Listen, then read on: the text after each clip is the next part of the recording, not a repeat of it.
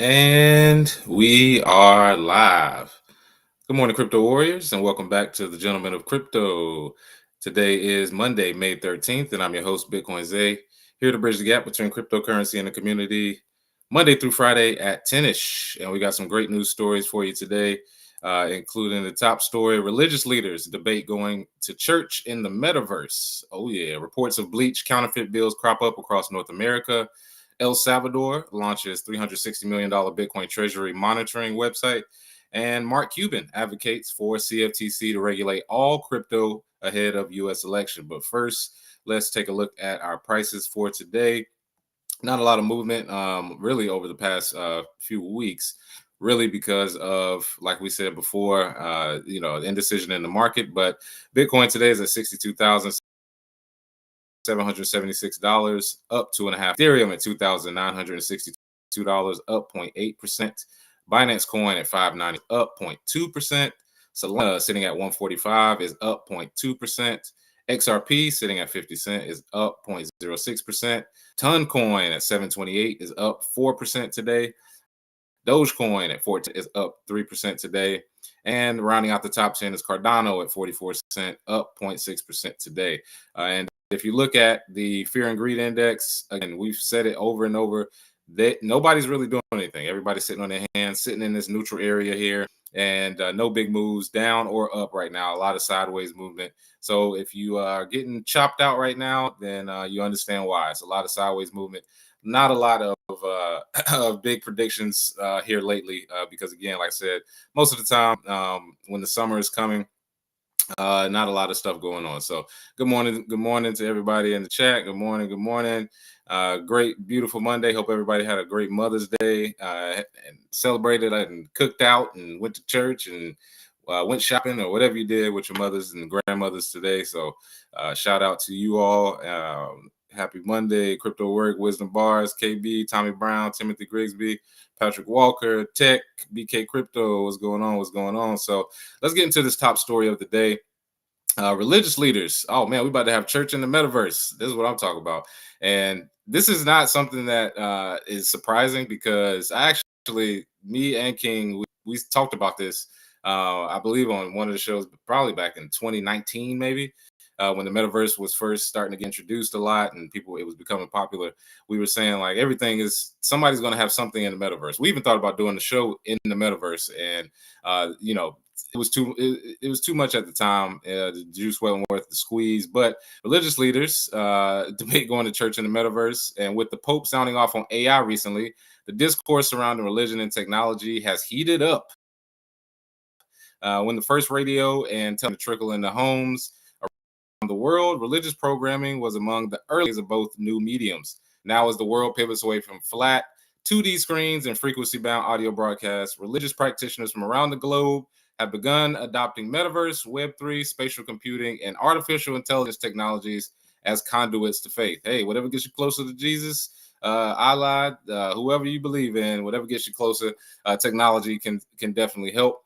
However, there are still naysayers who believe there are dangers associated with these technologies, faith leaders who wonder if modern technological trappings are necessary, and billions of traditional religious followers awaiting guidance. And on the supporting side, Srivis Sahasraraman, a professor at the University of Glasgow, recently expounded on the positive potential for metaverse for practitioners of the Hindu faith in the Swaraji magazine. Imagine getting...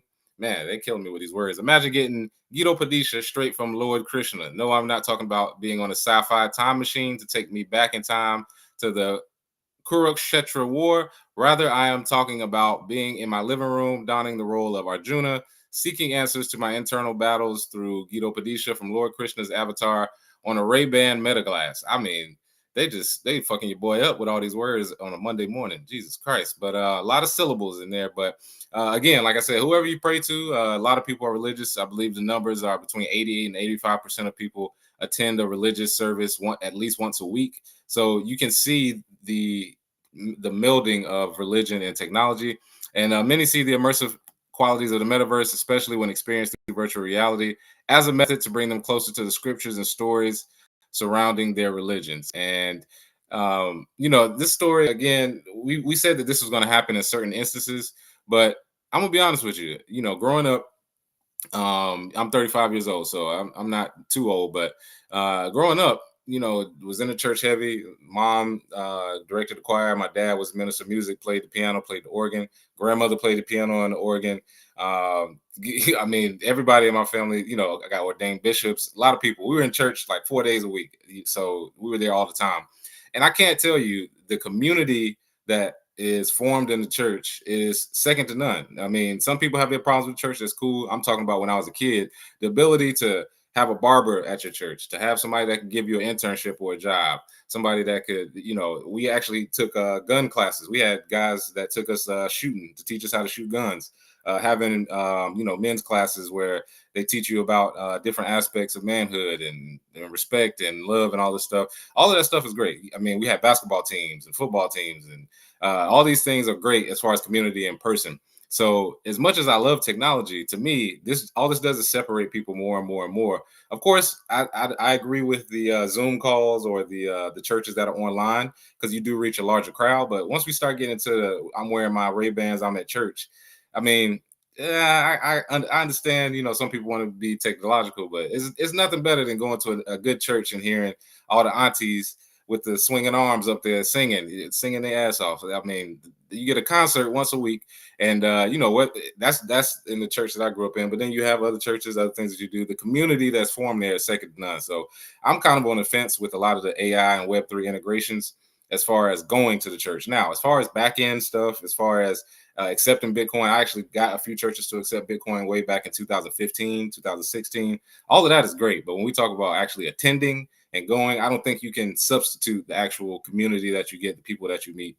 And anybody else that is from the South that goes to church, Bible Belt, if you do that a lot, if you were when you were younger, don't go really now that I'm older, but when I was younger, that was great. I mean, you got to see people from other high schools, from other middle schools or whatnot, depending on your age, that would come to the church, and you can meet them. You can meet people from, outside of the country that will come and visit. A lot of good stuff. So I'm kind of on the fence there, but let me know what you think in the comments. Would you go to church with your AI glasses on, sitting at the crib? I mean, most people are lazy. They order DoorDash, they watch Netflix, they sit at the house, they don't go outside, they don't get no sun, no vitamin D, they're getting pale. And if you take away church too, and you could just do it at the crib, and it's an immersive experience, it might be cool, but I just feel like it's going to pull the next generation further and further. Like, why go to church? I can either watch it online, or I could do it in AI. As a matter of fact, I mean, you can do more in AI as far as, flipping a fake Bible. You can flip the pages. You can view the choir. You could probably, while they're singing, Shazam the song that they're singing and find out who actually sings the original. Like, it's endless possibilities. I just think people need to. That's what that's for, is that community, and less of it has basically broken down a lot of communities where churches have been the cornerstone, especially in a lot of Black communities I grew up in. So shout out Jake Fever, Bitcoin Zay. Was that you Friday under the name Celos Trolling King? Nah, what? Nah, I gotta ask him about that. Celos, I don't know who that is. Let's see. Any opinion, Stan, any opinion on ICP as an L2 for BTC? Thanks. I haven't looked at ICP very deep. I do know a few people out in LA I talked to that were big on ICP. I have to look at it more. But any L2 that's on BTC, that is, I told you, I was like, my three biggest, the three biggest places to invest, I would say, and this is not financial advice, but the three biggest that I'm seeing in the next bull market: real world assets on Coinbase, because you can tokenize everything. L2s on Bitcoin, being able to either create a decentralized app or to have some sort of money on top of it. So if ICP is doing that, that's cool. And then, of course, third, we've talked about ordinals, things like rooms, and being able to have that NFT experience that you have on other chains on Bitcoin. Those are probably going to be the top three ones that I see outside of what we've spoken about before. So Stan, let's see. I can't get into church outside of being there physically. I would fall asleep in the metaverse. Yeah, like, I mean, for some people, it's like if you get there physically, then you can actually participate. Actually went to church yesterday, mother and grandmother, the Mother's Day thing, and it was, pretty packed for Mother's Day, like it always is. And it's great. Like I said, I mean, you can believe what you want to believe, but the fact that, people I haven't seen in years, were able to see my daughter, got to speak to some people that are in the community. A lot of the people in the church are a little bit older and experienced, have really good jobs, and they're in tune with local politics. They're in tune with some of the governments in the state. So you can get some really good connects, really good connects in the church, which I think the younger generation is missing because they don't go to church. Most of them, they stay home to play video games. They don't do it. They may not like the long church times or whatever, but I mean, I went through it. Like I said, I was in church 4 or 5 times a week when I was younger, so I understand completely. But yeah, I think going in person is still better. As much as we all in technology, man, nothing beats that in person meeting. Let's see, what's up, Zay? Looking like Marcel Zuna today. I don't know who that is, but people have a whole lot of different people that I look like. Somebody said I look like this dude from the Texas Rangers. I actually do look like him. And there's a few other people. When I didn't have my beard when I was in college, people thought I was T.O.'s nephew. I used to troll him and say I was Terrell Owens' nephew. So whatever, man. I look what I look like. Let's see. Time of Dawn. It'll be cool to get the word out. But as far as demon deliverance, I wonder how that's going to work. I mean, yeah. There's some people that's, they feel like they can get delivered long distance, but hey, again, that's for church people to figure out. It should be funny to see if church is going to implement it, because if you look, a lot of the online churches, they didn't come until COVID, till they were forced to. Like, they were like, all right, we'll do it maybe in the future. We don't have to. Our crowd is here, until it wasn't. And then they were like, well, we're going to do it. So that's the same thing with AI. They may be like, hey, we don't need to have any sort of AI Web3 experience until less and less people show up. And then they're like, all right, well, let's do it because everybody's doing it this way. So it is what it is. Let's see. Next story for today: reports of bleached counterfeit bills crop up across North America. Oh man, counterfeit bills are making a comeback. Man, everybody said cash is dead. No, it's not. If you could just bleach it and counterfeit it and, and pass it around. So this is an interesting story here, because they say here dodgy dollars are appearing everywhere from Texas to Hawaii to Canada, as fiat counterfeiting is seemingly making a comeback. A lot of counterfeiting going on in Canada right now. Counterfeit dollars, counterfeit rappers. Oh, yeah, I got to get it together. But greater numbers across North America in recent weeks from Texas, Canada.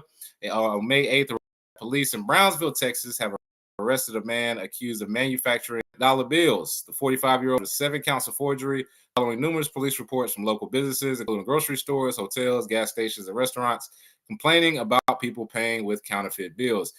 You know what's hilarious is that when people talk about Cash King, they sort of forget that the counterfeiting business was huge when cash really was king, because for most people that, if they can't get money one way, a good counterfeit bill and you pay, whatever people, and you get change back, a lot of times that can hold people over as far as the money you need, as long as it's not egregious. There was a guy who got arrested when I was in college for counterfeit bills, and what he was doing was he was going to different small businesses where they don't really check. They don't have the little checker to. But this is before the markets. This was like 2006. It wasn't really people marking them like that. But he was going to different businesses, and he would buy like a pack of gum for $20, or he would buy like something real cheap, and they would give him back real money, like $19 of real money. And he would just go to like 10 different businesses a day. He would make like a few $100s, and they didn't catch him for years. But when they finally did, he had like $10 million worth of counterfeit money. He basically was just enriching himself. But now that we're moving to this digital world, it is crazy that these counterfeits are coming back. The counterfeits were reportedly taking $1 bills, bleaching the ink off, and printing over the original currency to make it look like $100. They then will use the fake note to purchase something small to get genuine currency in return. There you go. That's what I'm saying. That's what the dude in Raleigh was doing. You buy something really small with $100. He was smart. I think that's why he didn't get caught. He was using 20s. $100. If you walk in and try and pay for a pack of gum with $100, bro, you look guilty as hell. Like, they're gonna be like, all right, man, we're about to scan this, mark it up, we're about to hold this up to the light, everything that you got to do. But earlier this year, fake $100 bills were reportedly circulating in Ontario, Canada. Meanwhile, on May 12th, in Charlottetown, Canada, they warned that counterfeit American $100 bills were used as movie props were being passed at local businesses. Again, like I said, it's the same playbook, it seems, as the dude that they caught in Raleigh. Go to small businesses where they don't check as much, they don't mark it off. They may not check it. They just kind of look at it at the light, and if it looks okay, they'll take it. And this is back in 2000s. This is almost 20 years ago. So I know they didn't have the technology they have now, and he got away with it for years. If he wasn't greedy and tried to do it, in the same area all the time, he might not have got caught. But this guy is kind of, I mean, whoever this dude is, $100 bills. Oh, just stop being greedy. Make tens, fives. Like, what are you doing? Even now, some businesses don't even accept cash anymore. So we're moving to a cashless society. As much as I hate that, because it would be nice to have a good cash system with gold backing it, with the ability for us to audit the Fed. That would be a great thing, but we don't audit the Fed. We got off the gold standard in 71. We're printing fiat dollars out the wazoo. So cashless just seems to be the next step. And now here we go with counterfeit bills. This is hilarious to me. So just bringing that story up, because, you know, you can't make counterfeit Bitcoin. That's the one thing you can't do. I mean, the most you can do is try to hack somebody and take it, but you can't make counterfeit Bitcoin. So, I mean, that solves that problem in one instance. And for most other blockchains that involve with money, you can't counterfeit theirs either. You know, you may have some stuff with proof of stake and a little weird, but you can't just say, hey, yeah, here's this fake currency. Can you accept it?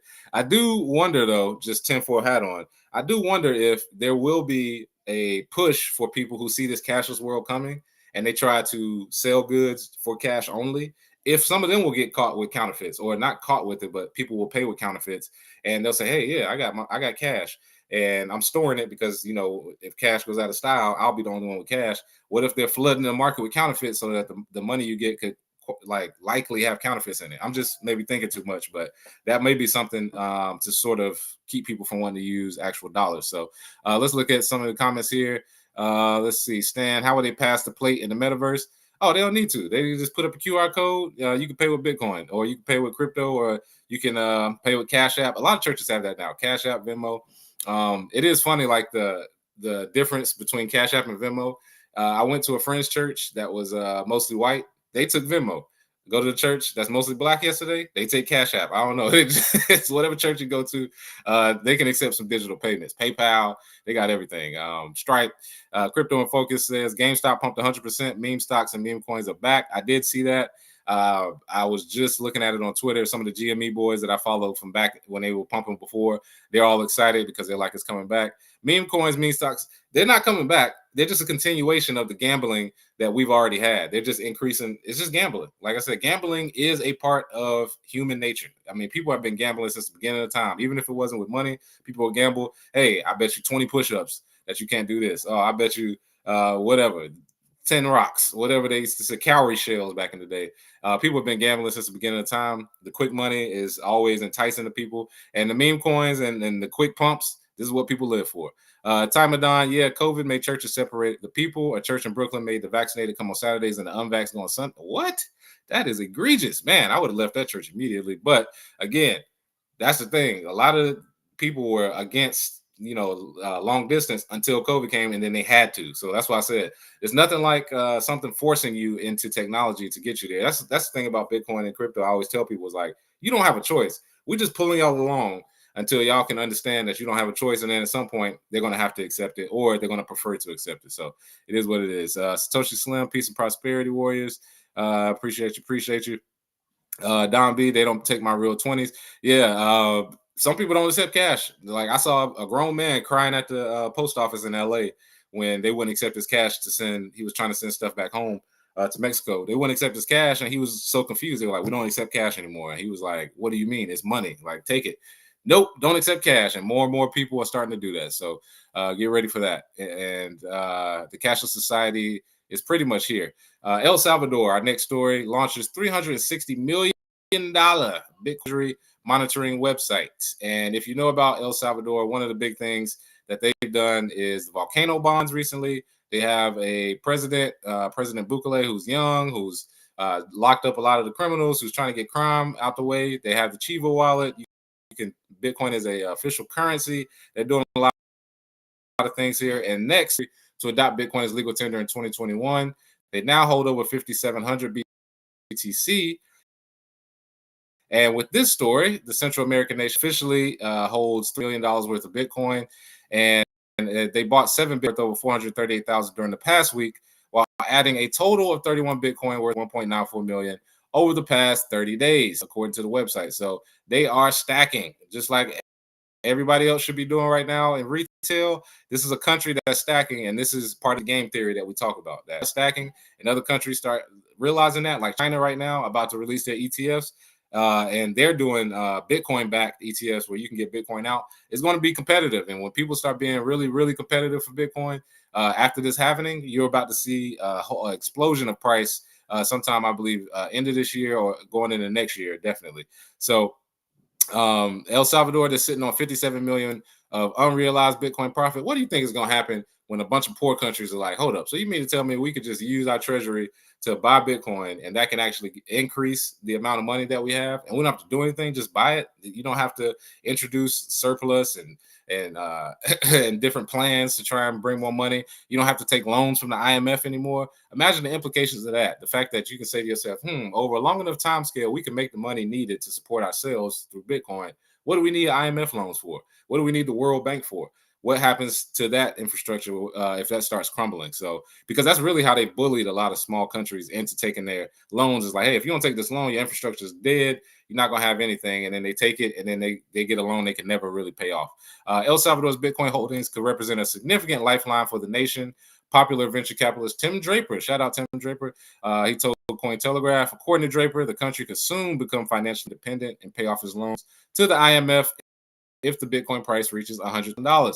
And that's what I'm saying. I didn't even read that part yet. And I'm telling you, most of these small countries, when they have loans from the IMF, they don't have the ability to really pay it back with the industries that they currently have. Now, imagine if you can with using Bitcoin. Now you're gonna have these small countries like, hey, man, we could pay back all these loans in 10 years. And then in the next 10 years, we could basically build our own infrastructure.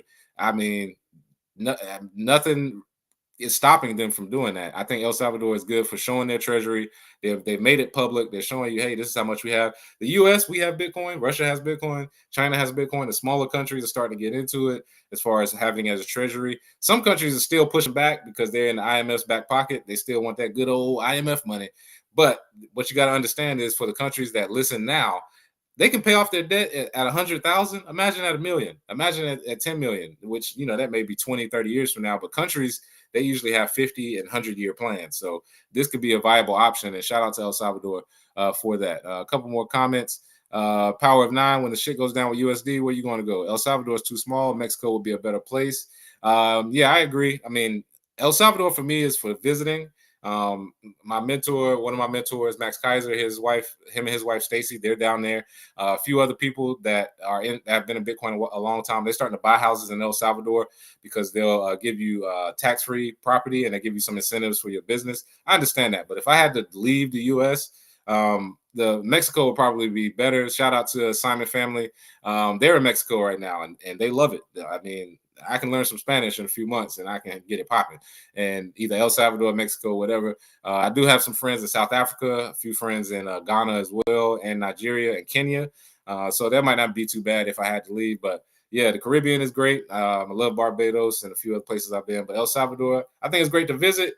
I can't really see myself on a small island, a whole bunch of Bitcoins in one place. Like it seems like a honeypot. At the same time, who knows?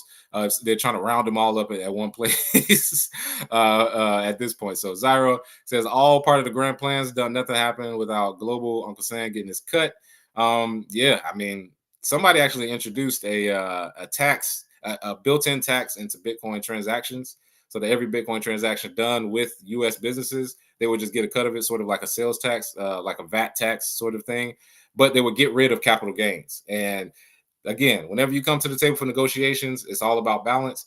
I would love to see capital gains gone if they added sales tax to certain Bitcoin. I wouldn't like that either because I'm closer to the libertarian side. Taxes should be low as possible. Shouldn't tax me on my own property. However, this is bureaucracy, so I wouldn't be surprised. America's still trying to get their cut. And our final story for the day: Mark Cuban advocates for CFTC to regulate all crypto ahead of U.S. election. And this is hilarious because if you remember Mark Cuban, I'm never going to stop saying this. Mark Cuban was the same one that says he would rather have bananas than Bitcoin. And then he came around and realized, well, we do need Bitcoin. And I actually have Bitcoin. And we're going to use crypto. And we're going to mine. And we're going to do all these things. Because as I've always said, and this is a quote that I've stated for years now, everyone will capitulate. It doesn't matter. Speaking of church, like we talked about church earlier, Metaverse, every knee will bow, every tongue will confess. Everybody knows that at a certain point, You can fight it all you want, but Bitcoin, Web3, crypto, none of this is going away. So at this point, Mark Cuban has realized it's not going away. And now he's saying, hey, well, let's get some regulations in here so I know what to do with it. He advocates for CFTC. He says assigning authority to CFTC could solve the problem of vocal crypto voters for current U.S. President Joe Biden. And if you missed it over the weekend, Donald Trump did have a press conference where I'm supporting crypto. If you support crypto, then you should support Trump. How many times we have to tell y'all, people? Everyone will capitulate. Trump is on record. I have the tweet of saying on the day I dropped my book. On the day I dropped my book, he dropped a tweet saying he's not a supporter of Bitcoin and crypto. Then 5 years later, what does he say? Oh yeah, if you support crypto, you support me. Nobody, you don't have a choice. And that's the funny thing when you talk to like regular everyday people, they're like, well, we'll see if we do. I'm like, why don't you just start now? You don't really have a choice, but that's neither here nor there. Mark Cuban has pushed for the U.S. CFTC to regulate all crypto, along with the final plea to the U.S. Congress to offer clarity for the crypto industry before the 2024 presidential election. He believes such clarity could help secure another presidential term for Joe Biden. I can tell you this right now. Joe Biden, I think for most people, they have sort of it's sort of a foregone conclusion that Trump is winning this next election. So they're trying to position themselves and how they can win and how they can actually position themselves to during the Trump administration. Biden's not winning shit, man. I'm sorry, he's not winning this next election. If he does, something is going on, man. The the software developers, they're doing something with the voting machines because there's no way he's gonna win. So Trump's probably gonna win. What he's saying is that the Democrats, they've spent the last 7 years talking about Bitcoin mining is bad for the environment. They're saying that Bitcoin and crypto in general is for speculation, it's for gambling. That's all it's used for. It has no use case, which we've always tried to understand. Like, what are we talking about? We've even been accused of being staunch Trump supporters on this channel because we were trying to tell people he's the only person that would look at crypto and then objectively say there's money to be made here. Let's do it. The Democrats have a whole nother agenda for some reason. I don't know. And even when I would go to Congressional Black Caucus meetings in DC, and you would meet with some of these regulators that were mostly Democrats, the first thing they would say is, yeah, we need to figure out regulations because we don't need Bitcoin and crypto messing up. And I'm like, messing up? What is it going to mess up for y'all? I mean, it's going to stop sort of the fiat debasement that we've seen over the last 100 years. What's bad about that? But they realize their job isn't really needed if you can make your own decisions with your own property and not have to be regulated. So again, I mean, Laura Smith says no one's voting for Trump, Zay, only you and your buddies. I don't vote in national elections. I never have. I never will, because I actually know the truth about how the world works. And if you actually know that, as far as politics, it's nothing more than a huge, it's wrestling. It's two people acting like they hate each other on stage. I mean, look at the debates of the primaries. They say all the bad stuff in primaries, and then they're their running mate whenever they go for president. Like, it's wrestling. It's fake. Let it go, people. Focus on state and local, and you'll have a much better outcome in your life. National elections, I'll never vote, never have voted, because if you actually know who runs this country, their interests are aligned with international people. If all the money we've sent to Ukraine and Israel hasn't sparked any type of imagination where you thought to yourself, maybe the people in Congress aren't working for us. They never have. They never will. They don't care about you. They don't care about their districts. They don't care about that shit. They can't be touched. Most of them are incumbents. They've been there 40, 50 years, haven't done anything. And you're still waiting to see if the president is going to do something for this country. Like, no. You got to do it for yourself. Vote local, vote state, do for self-sovereignty, and stop worrying about them. The only thing I care about presidents doing is two things. If I can keep my guns and if they can lower taxes, I can handle myself. As a man, you're supposed to provide, you're supposed to protect. Those are the two things I can do if I can keep my guns and if I can have some lower taxes. I do not care about politics at the national level. For those of you who do, that's fine. Do what you do. For some people, that is the industry that they're in. But I'm not a Trump supporter. I'm not a Biden supporter. I'm not a president supporter. I don't care. I'm Ice Cube. I'm never having dinner with. I'll never have dinner with the president. Go back and listen to Death Certificate. I never have dinner with the president. Good old Ice Cube. But that's what I'm saying. Like, I don't support anything they do because their interests are aligned with foreign entities and foreign groups that have nothing to do with America. So I'm good. I'm good on that, Lord Smith. Again, like I said, we can speak about politics freely because I don't support either one of them. It's sort of like people in music industry can talk freely about Drake and Kendrick because they're not on either side. It's just I can speak freely about both because I'm objective. I sit back, I watch, I see what's happening, and I make my decisions accordingly. It doesn't matter. One thing my uncle told me a long time ago, shout out to him. It doesn't matter who gets elected president. Somebody got rich during that time. Be that person. And that's all I do. Sit back and see how to play the game based on who gets elected. Don't care who gets there. And I just move forward from there. Let's see. Don B. Trumpo will be selected. James O. Politics is just actors. Facts. Exactly. I mean, Ronald Reagan was an actual Hollywood actor. What's his name from the Ukraine? The dude that's the president of Ukraine right now. Actual Hollywood actor. I mean, it's all fake. This is all. They have a script.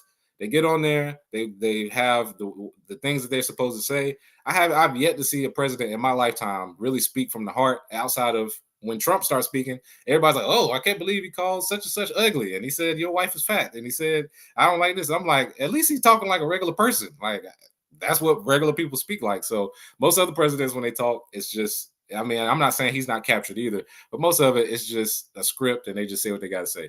PFC Wells, big facts. Let's see. Zyro, trust money flows, not words. Alapio, late, but here. Appreciate you. Hit that like. Tom and Isaiah King is raw energy, true tellers to be protected. Appreciate it.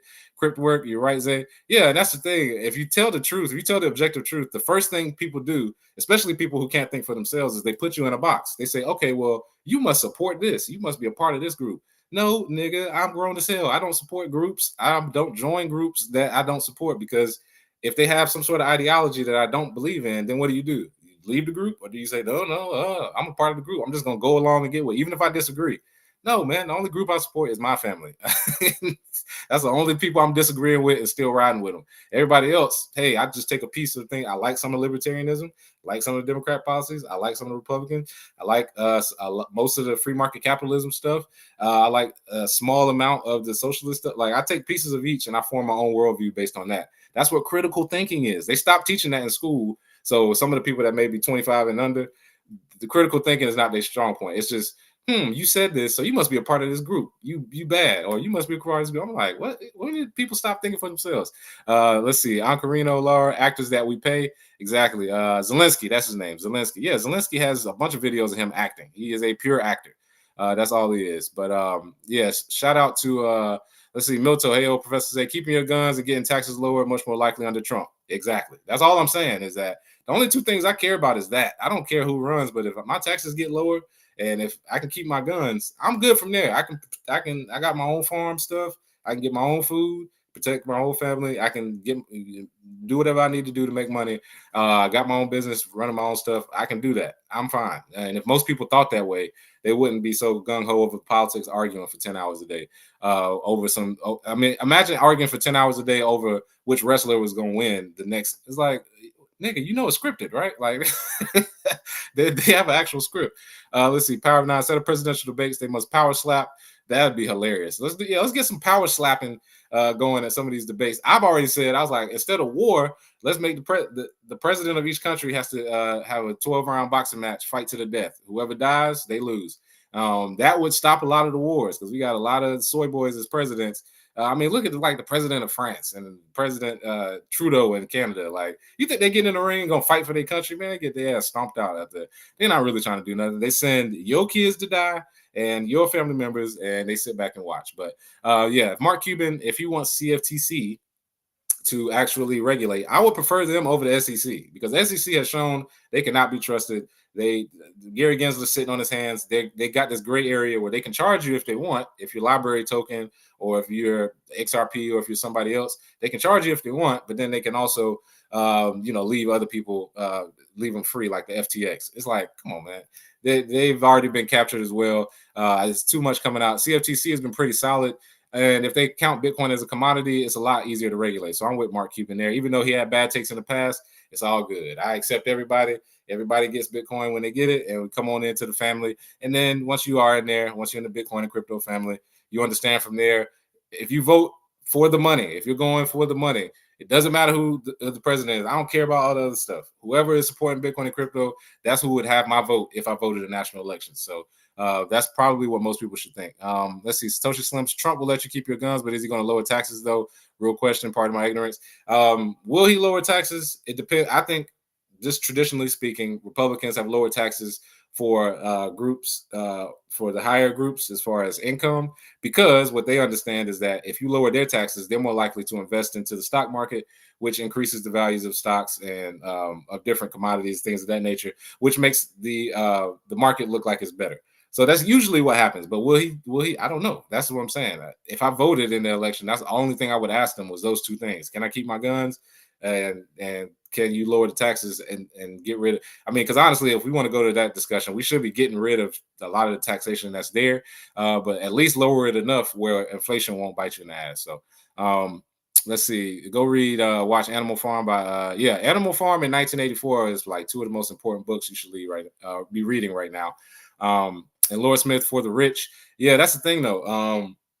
For when people say for the rich, a lot of the times, you're right. It is for the people that have higher incomes. The thing is, if these people with higher incomes have more expendable money, most of them actually use it to buy more properties, put more in the stocks, and like I said, that's what pumps the market is their money, and most of the presidents and people understand that at the political level. So it is what it is. It's all a game. You look out for yourself. But that's our show for today. Happy Monday. Like I said, happy Mother's Day to everybody.